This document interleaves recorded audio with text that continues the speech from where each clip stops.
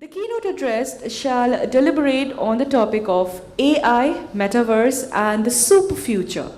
For this, please help me welcome our keynote speaker for this session, ex-MD Ericsson, author and life coach, Mr. Amitabh Ray. Can I please have a round of applause as I welcome him right here on the stage. Thank you. Thank you, sir. All right.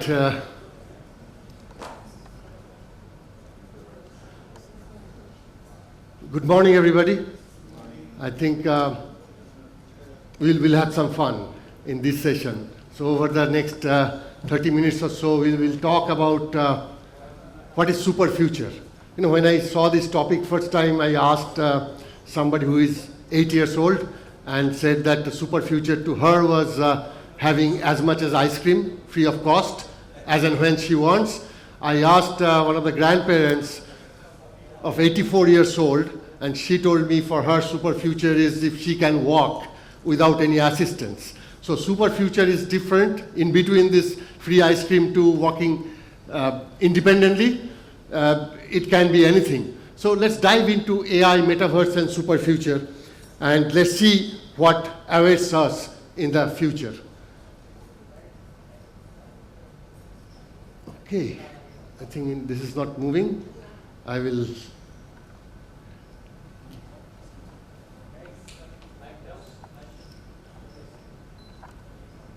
Clicker. So I'll never mind. Let's move on. Thing happens, and so we will try to get into the topic. World headed in the next 5 years, and what can you actually do about it?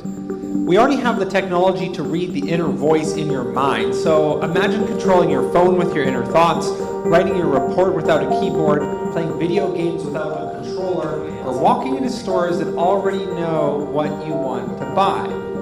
Imagine seeing the world with augmented reality and commuting a bit safer, working a bit faster, exercising in a way that's actually fun. What if we could restore someone's ability to walk, give someone the sense of touch, enhance eyesight, fight disease, or modify DNA? What happens when robots start building our homes, delivering our news, pouring our beers, and driving us home? These are not examples of the far distant future. These are examples of what is possible right now. And with artificial intelligence, the pace of human progress is about to become not so human at all. So how much is your world about to change? So let's find it out how much our life is going to change very soon, and how soon I cannot predict here. That is the biggest thing. But what we know is an 11-year-old today perhaps live for 120 years. Only day before yesterday I was reading in newspaper that life expectancy in our part of the world, the average of it has increased over the last 5 years quite a lot. Yet the person can work until 110 years and work up to 40 different jobs and spanning 10 or more different careers. It might sound a little science fiction-ish to us, but this is happening. When I was a child, you know, I used to hear that people are dying after their retirement because they got bored, they don't know what to do. It's a shock to them, the post-retirement career, right? And then we realized that this was because of disease, nothing else, right? Then now today, everybody is living on an average in rural part of the countries about 75 to 80 years. So that has changed over the last 40, 50 years. It has added another 15, 20 years to average lifespan. Now, why this is happening and why this is happening so rapidly? Of course, you know, some of the things we'll talk here today perhaps sound like science fiction movie, but they are not. Yesterday we had here in this stage a lot of Q&As or quiz. So let me start with one. So this room, let's say on the outside, it's about 60 feet, okay? And if I ask you to walk from one corner of the room to the other, how many steps you would need? You know, some of us will perhaps take 60 steps, 1 feet. Some of us a little more athletic than others, perhaps will take 30 steps, 2 feet. But 30 steps on an average, people will be able to cover from one side of the room to the other side, right? Now that's linear way human work. I can force you, if you're a super athlete, maybe you can try it with little less steps by jumping, but you cannot go beyond that, and human cannot go beyond this linear way of approaching things. That's in our mind, that's how we are wired, and that's how we work. Now if I ask you, so this is the quiz, that next time you walk, and you walk in a different non-linear manner, exponential way. What I mean by saying exponential way is that you take your first step, which is 2 feet, your next step will be twice of that, 4 feet, next step will be twice of that, 8 feet, next one is 16, next one is 32, I have already covered 5, you have only 25 steps left. How far you think you can reach? Keep that question in your mind. So what I call this presentation is WTF, what is the future? So what future here we are talking about? In my mind, there are 5 mega trends which are impacting our future, or the super future what we talk. And different people can have different sets. Some people say there are 8 super mega trends, there are 12 mega trends. I picked up these 5, and each of those are matter of half a day of intense discussion to explain, and each of them are very, very vital. So climate change to geopolitics and demographic shift, rise of technology, rapid urbanization, shift in global economic power. So these are the super trends which are going to impact our life and which will affect us to moving into the next phase of future, which is super future. Now, I, being an IT person, I will focus on only one, and also we don't have that much of time to cover all 5, but the technology piece. Now, if I look at this technology piece also, then I look at what are the 8 things which I believe is going to have most impact. There are hundreds of those. 100 of technological things going to make our life very different going forward, but I think these are the 10 or 8 most important ones. Then we have AI and biotechnology, genetic engineering, we have quantum computing, we have Internet of Things, IoT, we talked about it yesterday, we have 3D printing, space exploration, going to create colonies in different spaces, other planets. These are all important, but again, for today's topic, I will try to focus on 3 areas. One is artificial intelligence and AI, and I'm not going to introduce what is AI because you have been hearing it since yesterday quite a lot. We'll talk about augmented or virtual reality, which is metaverse. You all know about it, I'll touch upon it, but then where I want to spend a little time, which is quantum computing. From a childhood, I used to hear that there is something called God, and my parents used to say, this is God and this is God will do, and my question was, what is God? And I read and read and read and tried to figure it out, if I can touch and feel the God, and I'll tell you, just few months back, I really realized what is God, and God is quantum computing. I'll try to come on that topic in a while. Now, coming back to the question, that 30 steps, how far can take you? 30 steps in a linear manner, the way our brain thinks, can take you only 60 feet. And in exponential world in which our computer works, it can take you from here to the moon. 60 steps will take you 34 times around the surface of the earth. Sound shocking? Yes. Yes. Now, why it is shocking? Because our brain is not designed to think in exponential manner. But that's what computer does. And first time somebody actually explained it in a nice way, his name was Gordon Moore. Gordon Moore was creator of Intel Corporation. We know all about Intel. And Gordon Moore said that, we call it Moore's Law, that every 18 months, the computer processors will have twice the number of transistors inside it every 18 months. So therefore, its speed will increase twice. And that has been happening for almost 60, 70 years. And we can see the technology is leapfrogging. while technology is leapfrogging, then what happens? Again, what happens is very difficult for us to comprehend that where it will take us. So if I try to show you in a graph, and this is how the technology is moving, right? So far, it is moving in a direction of upward. We have created computers which have an intelligence of, let's say, an ant, and then we moved into an intelligence of a bird, and today, perhaps we have computers, and what, thrilling, news we all study and read, those are true, but in my mind, computer can only do what this little girl says, this is where we reached. It's called, the computers can do monkey tricks. We cannot go beyond that yet, right? But it's moving in exponential direction. So what is going to happen 18 months from today? It will be twice faster, it will be twice intelligent than it is today. And in that direction, it will keep on moving. It will reach the human level of intelligence in next few years. But then what happens to the computer then? Then the next thing, I'm talking about human intelligence, which is the blue dot, let's say our average intelligence. Then it will reach Einstein's level of intelligence. Then what happens in 18 months from then? It will become twice intelligent than Einstein. And then what happens in another 18 months?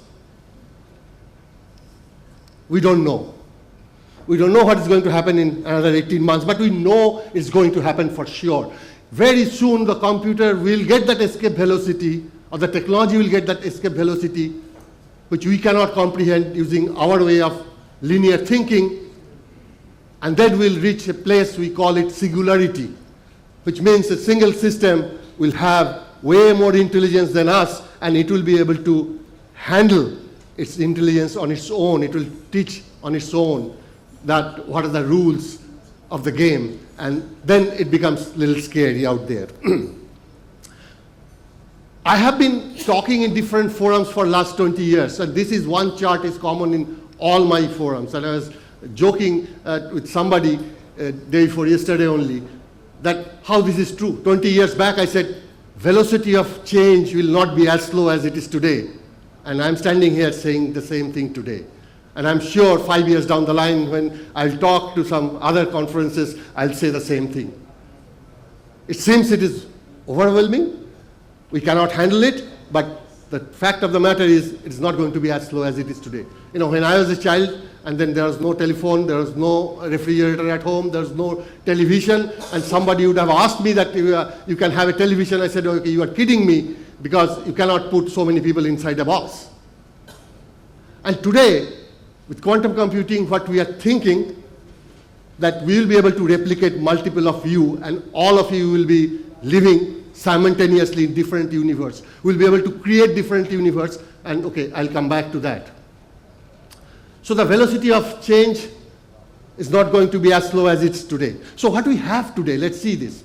We already have AI personal assistants. We have AI doctors, and I have given a couple of examples over here. We have AI lawyers. AI lawyers are in job for last 5 years in US. It's called Ross system. They created a system. What the lawyers do? They read tons of books. I have my relatives in the profession, and I go to their house, I get amazed, like from the ground to the ceiling stacked with books, multiple rooms. So what they do, they refer the cases, what happened in the past in the similar kind of thing, and they try to create that what is going to be the conclusion of this particular case and what are the linkages. Who you think that can do better than computer? Nobody, right? And today in Gen AI, you can read tons of things in a matter of seconds. And so the lawyers are actually threatened by this. So same as doctors, how many symptoms you can think?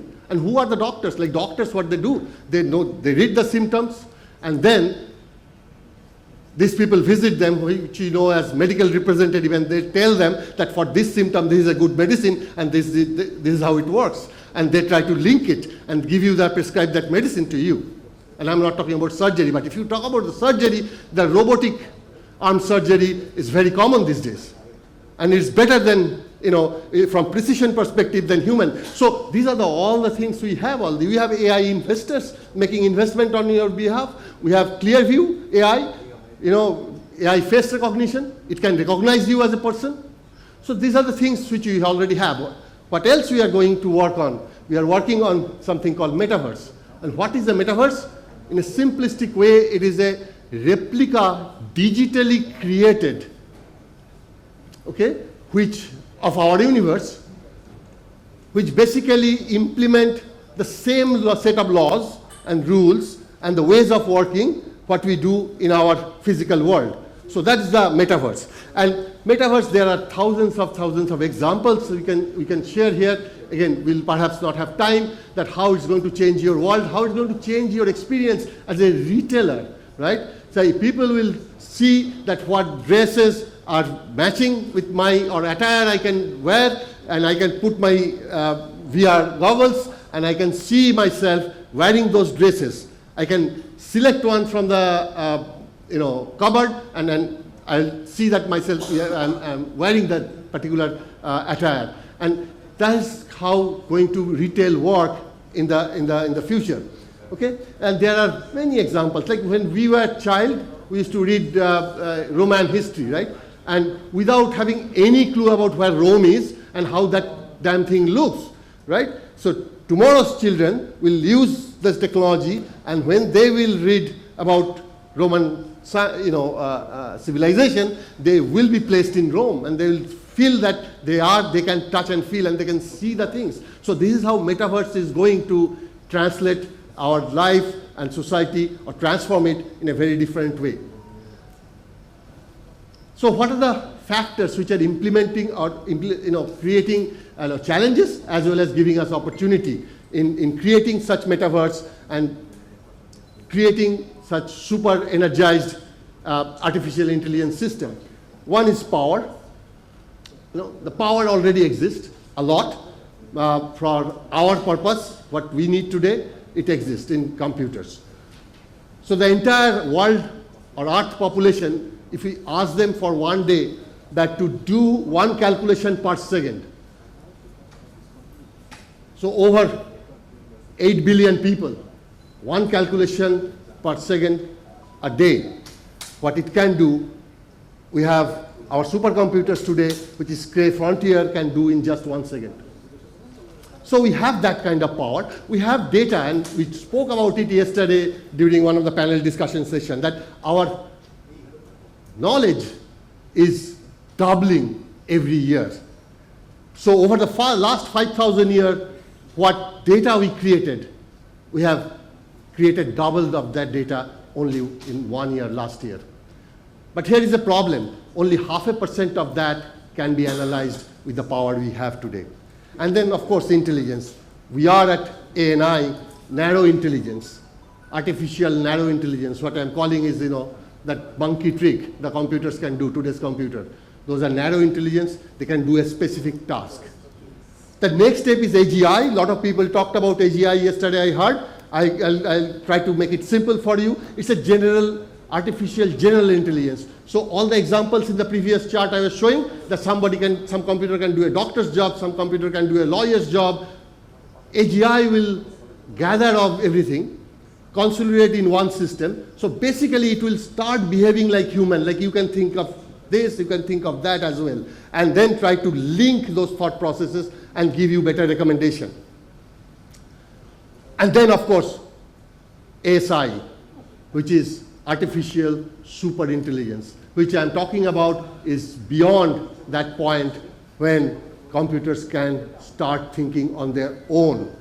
We cross the level of singularity. And it's going to happen. It's going to happen very fast. But what is stopping us from getting there? What is stopping us, that we are finding that digital era where we live is ending. It's going to end very soon. The digital era cannot take us, or the digital computers cannot take us any further beyond next few years. And there are people who are predicting that Silicon Valley will become a ghost town beyond that, because there will not be any advancement. And the problem is not with computer science. The problem is physics. The challenge is today an integrated circuit has the transistors, like we are packing more and more transistors I talked about. A single transistor today can handle 20 atoms across. And scientists are working, so it will become faster. It will go up to 5 atoms across. And then we'll hit the glass ceiling. We cannot go beyond that. Because beyond 5 atoms across, it will start creating, short circuit inside the system. There will be leakage. And computer system works on current, right? Ones and zeros, ones and zeros. And when the leakage happens, things will not work in the appropriate way. So there's a physical limitation. Because of that, we'll have to go beyond digital. Digital system cannot take us any further. So here we enter the era of quantum computers. What are we calling it? Super future. What is going to happen in quantum computer? Let me try to explain. I'll have much time to talk about this. But in a magnetic field, the way the digital computer works, that we work with zeros and ones, right? Then basically what happens? This electron can spin in one way, up or down, sidewise or up and down, and that's what the computer scientists, they coded the computer to read that up and down spin as zeros and ones. So you can instruct a computer using zeros and ones, and it can read, it can process zeros and ones. And there are limitations of that. The limitation is it can do one task at a time. It can be in one state at a time. Quantum computers, scientists are using atoms. The interesting part of atom is it can spin in any direction. So it can compute many things together. How many things? How many times it will be faster? Scientists say the speed will be infinite. We just don't know. It can be as fast as, I cannot say what as fast as is. Now I'll give you an example, easy example to understand this. So let's say there's a maze. We have all in childhood solved maze. Like there's a person coming from this end and there's a gate at that end, and there are different ways of going through that maze. How we work. And that's the same way that digital computer works, because they work in, sequentially, like us, how our brain works. So you'll go through one path. If you cannot reach, you hit a barrier, you come back and try the next path, and try the next path, and try the next path. Of course, computer can do it faster than us. But how quantum computer will work? It will work simultaneously on all those paths. So you can imagine the speed will happen, because atoms will not work in 0 or 1. It will work 0 and 1, and the number of steps in between. People say, no, there's no black and white, there are gray. No, now we are going to enter the gray zone. You can have the number of gray zones in between. And people say that, is somebody, when some person is dying, that is the person is dead. So these scientists are saying the person can be dead and alive at the same time. Maybe we'll talk about it, take the question. I don't have time now, but during the break, it's a good question to ask, that can you be dead and alive at the same time? Quantum scientists are saying, yes, you can be dead and alive at the same time. You can be in different parts of the world. It can be in different universes of the world, of the system at the same time. And those are interesting questions to ask. The very easy example was this scientist, German scientist, Schrodinger's cat, that experimentation said, that he put a cat inside the box and he put a poison in a small glass beaker and put a hammer on top of it. And then he said he closed the box and said, okay, I'll release the hammer. It will go and hit the poison. It will spill, and the cat will drink and cat will die. So what is the answer? 50% of the people say, yes, the hammer fell, the beacon broke, cat drank, cat is dead. And some people say, maybe the hammer didn't fall in the same place, maybe the beacon was stronger, it didn't break, it may be still alive, or if it was broke, still the cat didn't drink. So his theory was, and in quantum physics, scientists are following that, saying that, yes, it can be dead and alive till the time you open the box. So it's all about the way you think. Until unless you are opening the box, you don't know. So this is how quantum computer works. If you move on, thinking that how far we have reached, 2 countries so far created quantum computers, it in infant stage. US and China. major geopolitical stress we see in today's world is because of this. When people say because of technology, this is the technology. Everybody is trying to think that, how far you can push the limit. And I believe that, whoever wins this race, they will dominate the world over the next many years. Okay? They are using two different technology. So this is a quantum computer, and this is the fastest supercomputer, one of them, IBM Summit. This is how quantum computer looks. First time when I saw, I thought it's a chandelier, okay? But it is not. All the top part, so just give me 5 minutes. All the top parts you see here, these are cooling system. This is the only computer, okay? It needs huge amount of cooling because if you want to keep atoms from vibrating, you'll have to put it to the absolute zero degree temperature. And what is absolute zero? It is minus 273 degrees centigrade. In that kind of temperature, you'll have to do the computation, otherwise it's not going to work. So it is not science fiction, it's working. This was created by Google. This is the only one workable quantum computer today available, but all the big companies, IBM, Microsoft and all, you can think of anybody, they are in the fray of creating quantum computers. China used a very different technology. They are using light. Light moves faster than electricity, and therefore they're saying the computers will be that kind of fast one. So what is going to happen with these quantum computers? Many things will happen. We are talking about sustainability in this conference. What is sustainable disruption? I think without this we cannot survive. Because power is a big problem. It's polluting the world, and why we are hearing this solar age since our childhood. Why you think we have not reached anywhere? Why it is not that meaningful impact it is creating? Because the battery. Today's computers cannot design molecules. We need quantum computers to design new molecules, to create new kind of batteries where we will be able to store, and this is how the Earth is going to survive. Otherwise, we are all going to die because our current technology cannot take us beyond a point. The other example is, all the devices. The devices will shrink to a level. You will just have a contact lens, and the entire computing system will be on the contact lens. You will look at somebody, you will know all the statistics of the person, what the person does and everything. So you will blink and you will access the internet, and all these technologies exist, but we don't have that kind of power. What else will happen? Nitrogen helped to take the world population to 8 billion. Because this is, 50% of your body is nitrogen. Because of these fertilizers which we create and which we eat every day, the production of, using those fertilizers.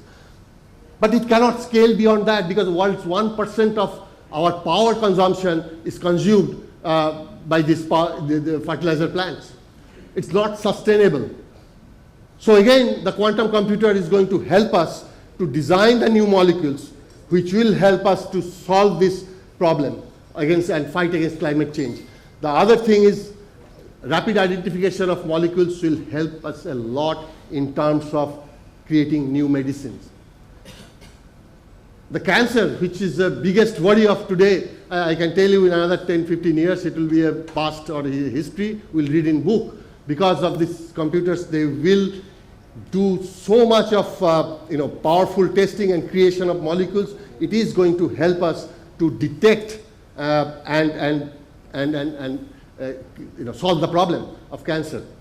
But today's computing system cannot design its own molecule. We don't have that kind of speed, and we will not have that without quantum computers. Last example, finally, my favorite one, that why we need to die. And perhaps with the quantum computer, it will answer that question, that why we need to die. Perhaps we don't need to die. Why we die? Because of aging process. It kills certain vital organs in our body. And when you drive a car, you don't throw a car if a part is not working. You create a new parts, you replace it. 3D printing is going to create the heart and kidney and liver and things like that. Or genetically it will design or medicines through which you'll be able to solve the problem which degenerates those parts. We don't know. It sounds again like science fiction, and I'll tell you, hold your horses, because we can only think in a linear manner. We cannot think like computers, which works in that kind of pace. So in super future, in next few years, what we will see? We have see millions of people with 150 years plus life expectancy. We'll see actors are out of work, replaced by animated artists. You already see it in deepfakes. Again, each of these topics might take half an hour to go through the details and examples. 3D printing and drone delivery will happen in the real time. The supply chain problems will go away. Food will be grown in skyscrapers. Every building will generate more power than they consume with the newer technology, and so many other things. So I'd like to conclude by saying perhaps one day quantum computer will reveal the secret of the Big Bang, how the universe was created. Because that modeling, the formula exists. For donkey's years, the formula exists. We don't have the capacity to run that formula in a system to give us the answer. So one day, I believe quantum computers may find the answer to the question, why we are here. Difficulty does not lie in the new ideas, but it lies in our mind to absorb those and get rid of the old ideas which penetrated all our mind. So I'll finish with Voltaire's quote, "Uncertainty is an uncomfortable position, but certainty is an absurd one." So keep your mind open. I believe in next 10 to 15 years, you will see the real pace of development in quantum computing, and it is going to change the entire world in the next 2 to 3 years beyond that point when we'll hit that escape velocity in terms of technological growth, which we are eagerly waiting for. Thank you very much.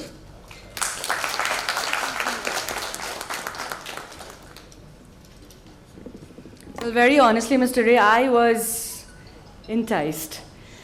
But what we can actually have from 10 to 15 years from now, as Sir has just mentioned, looked something like out of a sci-fi film, which we see often, and we think, "Amono hote pare?" But honestly, if this is the pace and this is the development we are stepping into, definitely hote pare. And for such an interesting session over here, we are thrilled to literally show you how much we love and respect you, your presence over here, sir.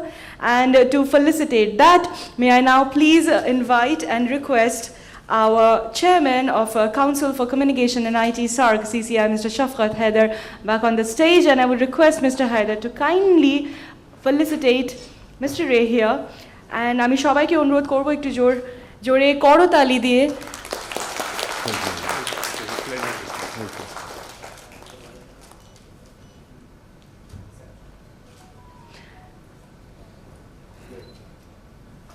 Well, these are the moments which can be cherished for life, literally. That is the reason we spend a little time after every panel or a keynote address for the photo opportunity. Thank you, gentlemen. Thank you so much.